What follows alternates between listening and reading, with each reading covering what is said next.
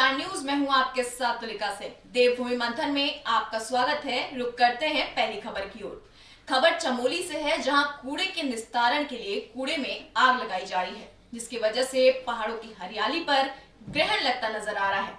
आपको बता दें कि मामला नागनाथ पोखरी ब्लॉक के नगर पंचायत का है। नगर पंचायत की लापरवाही के कारण पूरा शहर विषैले धुएं की चपेट में है। आपको बता दें कि नगर पंचायत पूरे नगर क्षेत्र में 5 गांव के कूड़े को पोखरी मुख्यालय के गोदी बैंक पर इकट्ठा करता है और इस पर आग लगा देता है। मिली जानकारी के मुताबिक पिछले दिनों कूड़े के ढेर में जो आग लगाई गई थी, वहां मौजूद बांस के सैकड़ों पर पेड़ भी इस आग की भेंट चढ़ गए।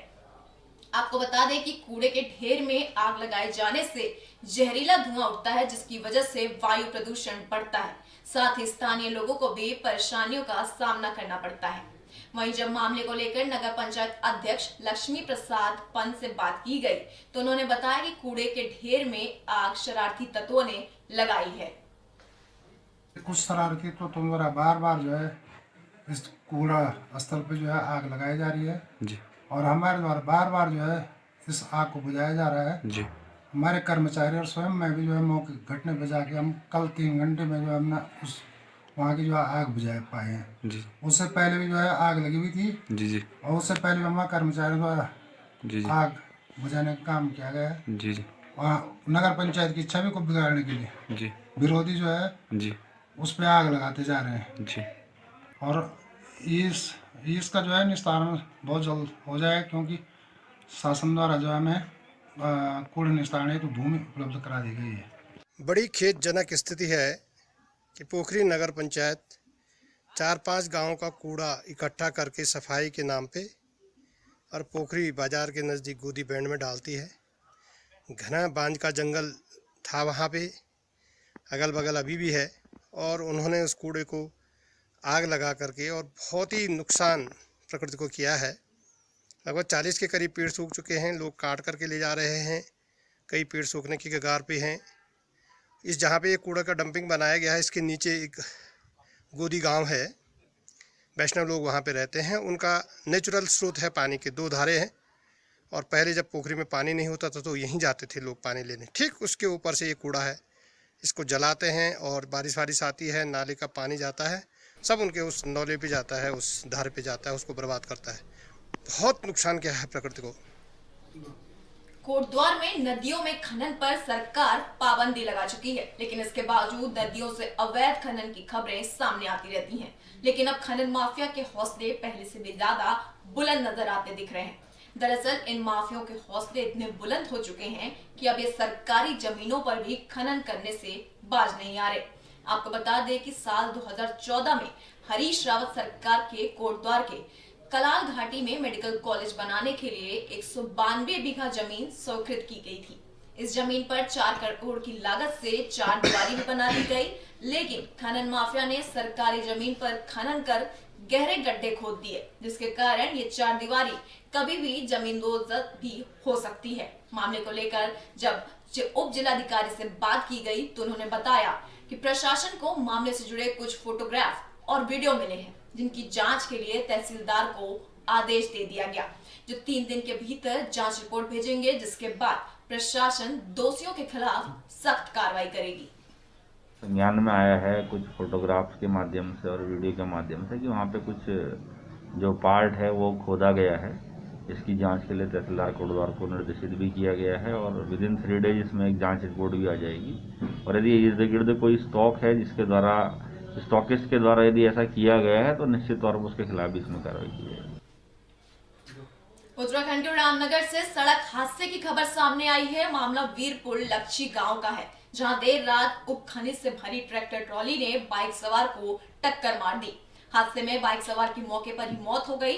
मृतक के परिजन जब बातचीत के लिए ट्रैक्टर स्वामी के पास गए, तो आरोप है कि वाहन स्वामी और उनके परिजनों ने हवाई फायरिंग की और मृतक के परिजनों और ग्रामीणों के साथ मारपीट भी की, जिसमें कई ग्रामीणों के घायल होने की खबर मिल रही है। और मिली जानकारी के मुताबिक सोमवार रात पिरुमदारा चौकी इलाके में वीर सिंह की बेटी की शादी थी। लाजा शादी का सामान लेने के लिए वीर सिंह एक अन्य रिश्तेदार के साथ बाइक से जा रहे थे। इस दौरान ट्रैक्टर ट्रॉली ने बाइक में टक्कर मार दी, जिसके बाद परिजन जब ट्रैक्टर स्वामी के घर पहुंचे तो उन्होंने मारपीट कर दी, जिसके बाद ग्रामीणों ने जमकर बवाल काटा। मामले की मिली जानकारी के अनुसार पुलिस मौके पर पहुंची और लोगों को समझा बुझाकर शांत करवाया। मेरे पापा फूफा जी के साथ दीदी की शादी के लिए बात करने के लिए गए थे, तो वो वहाँ से मार्केट से आ रहे थे। तो पापा यहाँ आते हुए यहाँ पे बीरपुर तारा के पास ये भैया ट्रैक्टर लेके आ रहे थे वहाँ से, तो इन लोगों ने ठोक दिया वहाँ पे और पापा रास्ते में गिरे हुए थे। उनने खेत में जाके फेंका पापा को और फिर किसी को भी इन्फॉर्म नहीं किया इन लोगों ने। कोई बात नहीं, अगर एक्सीडेंट कर दिया कोई बात नहीं, फिर इन लोगों ने किसी को इन्फॉर्म नहीं किया, उनको फेंक के आ गए हैं। ठीक है, उनके बाद हमें आधे घंटे बाद ये सब पता चला। मैं अपने पापा को काशीपुर लेके गई, काशीपुर में सरकारी हॉस्पिटल में मैंने एडमिट कराया। उनके बाद वहाँ मना कर दिया, वहाँ पे एक्सपायर हो गए मेरे पापा। ये ट्रैक्टर से एक्सीडेंट होने की सूचना प्राप्त होने पर पुलिस वहाँ मौके पर पहुंची थी। उस समय पर ग्रामीण जो है, आरोपी जो है जिनका ट्रैक्टर था, उनके आवास पर थे। वहाँ पर पुलिस ने जाकर स्थिति को नियंत्रण में लिया। अभी तक कोई हमें तहरीर नहीं मिली है। जैसी अभी उनके परिजन तहरीर दे रहे हैं, तहरीर मिलने पर उसमें कार्रवाई की जाएगी। अब तक की जो प्राप्त जानकारी है उसमें ये पता चला है कि जो वीर सिंह नाम के व्यक्ति, जो वीरपुर लच्छी के रहने वाले थे, ये अपने राजपुरा से अपने घर की तरफ आ रहे थे। रास्ते में इनका ट्रैक्टर से एक्सीडेंट हुआ था, जिसमें इनको काशीपुर ले जाया गया, जहाँ इनकी मृत्यु हो गई। बीजेपी के प्रदेश महामंत्री सुरेश भट्ट कालाढूंगी पहुंचे, जहां बीजेपी कार्यकर्ताओं ने उनका जोरदार स्वागत किया। कार्यकर्ताओं ने फूलमाला पहनाकर प्रदेश महामंत्री का स्वागत किया। इस दौरान एक कार्यक्रम को संबोधित करते हुए सुरेश भट्ट ने कहा कि उत्तराखंड में बीजेपी दोबारा सत्ता में आ रही है और कार्यकर्ता मिशन 2022 को लेकर एकजुट हो गए हैं। जब प्रदेश महामंत्री से कालाढूंगी के नेताओं की उपेक्षा को लेकर सवाल किया गया तो उन्होंने कहा, ये जरूरी नहीं है कि विकास के लिए सभी को मंत्री बनाया जाए। विकास के मामले में कोई भी क्षेत्र उपेक्षित नहीं होना चाहिए। हरियाणा इस बार उत्तराखंड में जो एक मिथक चलता है कि एक बार कांग्रेस और एक बार बीजेपी, इस बार हम सब कार्यकर्ता मिलकर माननीय मोदी जी के नेतृत्व में, आदरणीय मुख्यमंत्री त्रिवेंद्र सिंह रावत जी के नेतृत्व में, केंद्र और प्रदेश सरकार की जो हमारी जन कल्याणकारी योजनाएं चल रही हैं, उन सब योजनाओं के बल पर, सब कार्यकर्ताओं के बल पर हम फिर से 2022 में उत्तराखंड में भारतीय जनता पार्टी की सरकार बनाएंगे, कमल खिलाएंगे और एक इतिहास बनाएंगे। धारचूला में आईटीबीपी के जवानों की सराहनीय पहल देखने को मिली है। दरअसल आईटीबीपी की 7वीं वाहिनी ने निःशुल्क मेडिकल कैंप लगाया। आपको बता दें, कैंप कूटी के प्राथमिक स्कूल में लगाया गया, जिसकी मॉनिटरिंग आईटीबीपी मिर्थी के सब इंस्पेक्टर हेमंत बोहरा ने की। कैंप में निःशुल्क शुगर टेस्टिंग समेत लोगों के स्वास्थ्य की निःशुल्क जांच की गई। साथ ही गाँव वासियों को कैंप के जरिए दवाइयों का वितरण किया गया। आपको बता दें, आईटीबीपी समय समय पर मेडिकल कैंप का आयोजन करता रहता है। आपको बता दें कि 7 गांव के लोगों को मेडिकल कैंप से फायदा मिलता है, जिसके लिए सभी ग्राम प्रधान और स्थानीय लोगों ने आईटीबीपी का धन्यवाद अदा किया। ये 7वीं वाहिनी आईटीबीपी मिर्थी की ओर से प्यास घाटी के 7 गांव के लिए आज यहाँ पे शिविर का आयोजन किया गया है और प्राथमिक विद्यालय ये कुटी का प्रांगण है, जहाँ पे हमारे ब्यास घाटी के 7 गांव के जितने भी जनता है बढ़ चढ़ के हिस्सा ले रहे आ रहे हैं यहाँ पे और अपनी अपनी समस्याओं का यहाँ पे बताया जा रहा है। आए हुए समस्त ग्रामीणों का स्वास्थ्य चेकअप के लिए आए हुए 7वीं वाहिनी से चिकित्सा अधिकारी और मेडिकल टीम की तरफ से इनका स्वास्थ्य जाँच के लिए पूरा देखा जा रहा है कि किसको क्या बीमारी है, क्या परेशानी है और यहाँ के आए हुए ग्राम प्रधानों की तरफ से जो बताया जा रहा है जो बीमारियाँ हैं, आए हुए माइग्रेट लोग स्थानों से जो आए हैं तो इनकी समस्याओं का समाधान किया जा रहा है। चिकित्सा अधिकारी 7वीं वाहिनी लगातार इनको देख रहे हैं। जितनी कोशिश की जाती है एक प्राथमिक चिकित्सा दिए जाने के लिए, जो भी सरकार की तरफ से धनराशि दी गई है इनके लिए, तो सारा आयोजन किया गया है। तो आज के दिन भर दिनांक 29 तारीख का आज पूरे दिन भर कैंप रहेगा और हम लोग यहाँ पूरे दिन भर है कैंप लगाएंगे। तो सभी लोगों का सहयोग मिल रहा है यहाँ पे, तो धन्यवाद सभी लोगों का। खबर रामनगर से है, जहां सरकारी अस्पताल में स्वास्थ्य सुविधाएं बहाल करने की मांग को लेकर सामाजिक संगठनों ने प्रदर्शन किया। आपको बता दें कि प्रदर्शन देवभूमि विकास मंच के बैनर तले किया गया। इस दौरान सामाजिक संगठनों ने स्वास्थ्य विभाग और सरकार के खिलाफ जमकर नारेबाजी की। धरने पर बैठे लोगों की माने तो अस्पताल में मरीजों को सुविधाएं नहीं मिल पा रही हैं। साथ ही प्रदर्शनकारियों ने अस्पताल में विशेष चिकित्सकों की नियुक्ति की, अल्ट्रासाउंड किया, सीटी स्कैन, आईसीयू और वेंटिलेटर की सुविधाएं मुहैया कराने की मांग की है। इसके अलावा अस्पताल में लंबे समय से बंद पड़े प्रधानमंत्री जन औषधि केंद्र को शुरू कराने की भी मांग की गई। मांग पूरी न होने पर उग्र प्रदर्शन की चेतावनी दी। वहीं दूसरी ओर अस्पताल के डॉक्टर राकेश का कहना है कि उन्होंने आईसीयू और वेंटिलेटर सुचारू रूप से चालू कर दिया। साथ ही उन्होंने जनवरी से जन औषधि केंद्र शुरू करने की बात भी कही है। जुलाई से लेकर लगातार दबाव बना रहे हैं सरकार पर, और जो यहाँ पर प्रबंधन है, स्वास्थ्य प्रबंधन कमेटी है, कि जो अनुबंध के आधार पर सरकार ने जो यहाँ पर कंपनी के साथ, ठेकेदार के साथ जो समझौता किया गया है, उसके जुलाई के बाद कोरोना काल इतनी बड़ी महामारी फैल रही है, उसके बावजूद भी यहाँ पर अल्ट्रासाउंड की सुविधा उपलब्ध नहीं हो पाई है, सिटी स्कैन की सुविधा उपलब्ध नहीं है, आईसीयू की सुविधा उपलब्ध नहीं है, वेंटिलेटर की सुविधा उपलब्ध नहीं है, समस्त प्रकार की जांचें नहीं हो पा रही हैं। जो मोबाइल हेल्थ क्लिनिक है उसमें न तो पैरामेडिकल स्टाफ और न विशेषज्ञ डॉक्टर मानकों के आधार पर तैनात हैं, और जो यहाँ पर प्रधानमंत्री जन औषधि केंद्र है वो भी बंद पड़ा 1 साल से। तो ये सारी मांगों को लेकर हम लगातार कह रहे हैं, लेकिन बड़ा दुर्भाग्य है कि उत्तराखंड की सरकार, यहाँ का हमारा जिला प्रशासन, यहाँ का सीएमओ, यहाँ का जो चिकित्सा अधीक्षक हैं, ये लोग इसको गंभीरता से नहीं ले रहे हैं, लोगों के स्वास्थ्य के साथ खिलवाड़ कर रहे हैं। किया जा रहा है हॉस्पिटल की मूलभूत सुविधाओं को लेकर के, इसके बारे में क्या कहना है आपका? जो ये धरना प्रदर्शन किया गया जा रहा है, इनकी हमने सारी जितनी भी इन्होंने हमें शिकायत पत्र लिख के दिया था कि ये चीज़ होनी चाहिए, वो हमने उसके ऊपर कार्रवाई कर दी गई है। जन औषधि, सबसे पहला पॉइंट इनका था जन औषधि केंद्र का। जन औषधि केंद्र शीघ्र ही संचालन हेतु उच्च अधिकारियों के स्तर से शीघ्र टेंडर संबद्ध कर दिया गया है तथा vertex pharmaceutical firm Jan Aushadhi केंद्र के संचालन हेतु चयन कर लिया गया है, और ये फर्म के द्वारा अवगत कराया गया है कि माह जनवरी 2021 से जन औषधि केंद्र संचालन शुरू कर दिया जाएगा। रामनगर में सैलानियों का जमावड़ा खूब देखने को मिलता है। ऐसे ही में कॉर्बेट नेशनल पार्क की वजह से देश विदेश के पर्यटक रामनगर का रुख करते हैं। आपको बता दें कि रामनगर शहर में एकमात्र मॉल है, लेकिन ये मॉल भी बदहाल है। दरअसल मॉल में गंदगी का अंबार लगा हुआ है और यहाँ साफ सफाई का भी ध्यान नहीं रखा जाता। इसके अलावा लोग भी मॉल में इधर उधर थूकते नजर आते हैं। वहीं जब मॉल के दुकानदारों से बात की गई तो उन्होंने बताया कि मॉल में सफाई करने वाला आता जरूर है, लेकिन बिना सफाई किए ही चला जाता है। सफाई करने वाले की तनख्वाह न मिलने की वजह से सफाई न करने की बात कहते हैं। समस्या देखिए, कहने को मॉल है, अब मॉल के बेस पे यहाँ हमने ऑफिस खोला, इतना साफ सुथरा होगा, टिप टॉप होगा, यहाँ की सर्विस अच्छी होगी, उस हिसाब से आप यहाँ पैसा इन्वेस्ट करता है, खर्च करता है, किराया भी दे रहा है अच्छा खासा, दुगना मार्केट दुगना किराया हम लोग दे रहे हैं।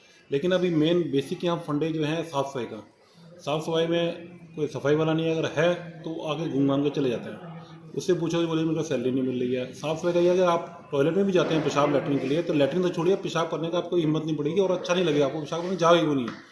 यहाँ से छोड़ के हमको बाहर जाना पड़ता है, 16 शौचालय में जाके पेशाब करके आना पड़ता है। गंदगी का आलम यह है कि कई बार उनको कहने के बावजूद कि मीटिंग कीजिए, कल भी मेरे पास आए थे, मैंने बोला यार मीटिंग करवाइए, मीटिंग करा के इसका सिस्टम बनाए, थोड़ा साफ सफाई रखें। पैसा हम मेंटेनेंस चार्ज दे रहे हैं यहाँ पर, और पिछले 3-4 महीने इसलिए नहीं दे रहे हैं कि साफ सफाई का कोई बंदोबस्त नहीं है। आस्थान ने मॉल अपने अंडर में रखा है, अच्छी बात है, लेकिन एक मीटिंग हर महीने मीटिंग करें, उसकी साफ सफाई करवाएं। मॉल का ये हालत है, आप किसी भी सीढ़ी से निकलेंगे आपको जगह जगह थूकें पड़ी हुई हैं, सफाई वाला कोई सफाई करता नहीं है। अब उसका पैसा दें ना दें वो अलग इशू है, वो अलग, लेकिन साफ सफाई तो हो। अब आप यहाँ सामने देखिए कूड़े के ढेर लगे पड़े हैं, आप टॉयलेट में जाएंगे जगह गंदगी, गुटके गिरे, पेपर पड़े हुए, गुटका थूका हुआ है। इवन कि हमने यहाँ ड्रम रखवाए थे, ड्रम की जो थूकते हैं ड्रम के अंदर, वो भी उन्होंने आज तक उसको उठवा करके साफ नहीं करा के कहीं और कोने में ढेर लगा के दिए। सर हमें एक तो यहाँ पे गंदगी बहुत है, कोई साफ़ सफाई नहीं है बिल्कुल भी। टॉयलेट बाथरूम आप देख लीजिए अंदर से बिल्कुल क्लीन नहीं है कोई भी, और ऊपर से यहाँ पे जो भी ऑफिस वाले हैं जितने भी हैं सारे के सारे दिन भर अब्यूजिंग करते हैं, सिगरेट पीते हैं, उससे हमें बहुत प्रॉब्लम होती है। दिन भर यहाँ पे अंदर आवाज़ आती है, हमारे क्लाइंट्स बैठे रहते हैं, जब हमारे सॉन्ग्स, वैसे हम सॉन्ग्स प्ले कर देते हैं जब क्लाइंट्स रहते हैं, लेकिन फिर भी इन लोगों की आवाज़ अंदर तक आती है अब्यूजिंग करने की। कोटद्वार में पुलिस को अतिक्रमण हटाने के दौरान 18 दिसंबर को एक नर कंकाल मिला था, जिसकी पोस्टमार्टम रिपोर्ट सामने आई है। पोस्टमार्टम रिपोर्ट से पता चला है कि नर कंकाल 17 से 25 साल के युवक का है। आपको बता दें कि 18 दिसंबर को पुलिस नजूल भूमि पर अतिक्रमण हटाने के दौरान नर कंकाल मिला। अपर पुलिस अधीक्षक प्रदीप राय से मिली जानकारी के मुताबिक ये नर कंकाल 17 से 25 साल के युवक का है और नर कंकाल पर कुछ चोट के निशान भी हैं, जिसकी जांच की जा रही है। नर कंकाल के डीएनए की जांच और चेहरे की बनावट का पता लगाने के लिए अब कंकाल को फोरेंसिक लैब भी भेजा जाएगा। देखिए, जो डेड बॉडी मिली थी वो एक जो छोटा सा स्टोरेज टाइप का बनाया गया था छत के साथ, जिस दुछत्ती बोलते हैं गांव में, वैसे जगह पे ये डेड बॉडी मिली थी और वो पूर्णतया जो तो हड्डी कंकाल रह गया था। उनके कुछ कपड़े मिले थे, तो कपड़े की भी हम लोगों ने उसका जो मार्क दिया गया, उसमें जूता मिला था, प्लास्टिक का जूता, वो 6 नंबर का जूता था। और जो कपड़े भी मिले हैं, वो कपड़े भी किसी एक काफ़ी पुराने से कपड़े दिखाई पड़ते हैं, जैसे हमने नज़दीकी दर्जियों से दिखवाया था। इसके अलावा जो हमारे जो स्केलेटन मिला है, इसका पोस्टमार्टम रिपोर्ट आ जा चुका है। इसमें इनके द्वारा बताया गया है कि जो रिपोर्ट है इसमें एज लगभग 17 से 25 साल तक की निर्धारित की गई है। और इसके अलावा ये भी कंफर्म हो गया कि मेल बॉडी है। और तीसरी चीज़ जो है इसमें स्कल में कुछ फ्रैक्चर के बातें बताई गई हैं। अब ये फ्रैक्चर कैसे हुआ है इसके बारे में थोड़ा हम लोग अभी जो हमारे जो डॉक्टर से हम लोग वार्ता करेंगे, तभी हम देख सकते हैं ये फ्रैक्चर नेचुरल फ्रैक्चर है, पोस्टमार्टम हो सकते हैं, प्री मार्टम हो सकते हैं फ्रैक्चर। तो इसके बारे में अभी हमारे हमारे जो जांचकर्ता अधिकारी हैं वो उनसे संपर्क में हैं और तब उसके बारे में हम स्पष्टता बता सकते हैं कि ये किस प्रकार से। उत्तराखंड में साल 2021 में कुंभ का आयोजन होना है, जिसको लेकर प्रशासन तैयारियों में जुटा है। आपको बता दें, कुंभ के लिए टिहरी बांध से पानी छोड़ा जाएगा, जिससे कुंभ में आए श्रद्धालु स्नान कर सकेंगे। आपको बता दें कि हरिद्वार कुंभ मेले का पहला स्नान 14 जनवरी को मकर संक्रांति के दिन मनाया जाएगा, जिसका साधु संतों को बेसब्री से इंतजार है। आपको बता दें, टिहरी बांध से पानी इसलिए छोड़ा जा रहा है ताकि गंगा घाटों में पानी की कमी न हो। सिंचाई विभाग ने टीएसडीसी यानी टिहरी हाइड्रो डेवलपमेंट कॉर्पोरेशन से कुंभ मेले के दौरान 160 से लेकर 240 क्यूएस के पानी छोड़ने की मांग की है। टीएसडीसी प्रशासन ने टिहरी झील से पानी छोड़ने को लेकर पूरी तैयारियां कर ली है। टीएसडीसी के अधिशासी निदेशक से मिली जानकारी के मुताबिक टिहरी बांध में भरपूर पानी उपलब्ध है और पानी की निकासी को लेकर बांध प्रशासन ने पूरी तैयारी कर ली है। जो भी पानी के रिक्वायरमेंट होगी वो हमें इरिगेशन डिपार्टमेंट से सूचित किया जाता है कि कितना पानी उनको चाहिए, क्योंकि जब भी हमारा जितना भी डिस्चार्ज है वो इरिगेशन के और ड्रिंकिंग वाटर की डिमांड के हिसाब से ही सारा हम मैनेज करते हैं। तो जैसे इस समय जो भागीरथी में और विरंगना में मिला करके जो इनफ्लो आ रहा है वो करीब अब 98 क्यूमिक्स आ रहा है और हम लोग अभी जो डिमांड है उसके हिसाब से 240 to 250 क्यूमिक्स हम लोग डिस्चार्ज कर रहे हैं। तो उस टाइम पे भी जो कुंभ का जब स्टार्ट होगा तो जितना डिमांड होगा वहाँ पे श्रद्धालुओं के लिए नहाने के लिए उस हिसाब से पानी छोड़ा जाएगा। लेकिन जहाँ तक मुझे लगता है कि पिछली जो इलाहाबाद में कुंभ हुआ था उस टाइम पे भी करीब 240 क्यूमिक्स के करीब डिमांड रही थी, तो उतनी भी रहती है तो कोई दिक्कत नहीं। लेकिन उससे बढ़ के भी अगर डिमांड होती है तो हमारा रिजर्वायर इस समय अच्छे लेवल पे है, हम करीब 812 मीटर पे हैं इस समय, तो सफिशिएंट पानी है हमारे पास में, कोई दिक्कत भी नहीं होगी अगर ज़्यादा डिमांड भी आती है कुंभ स्नान के लिए पानी की। फिलहाल के लिए देवभूमि मंथन में इतना ही। देश और दुनिया की तमाम खबरों के लिए देखते रहिए एबी स्टार न्यूज। नमस्कार।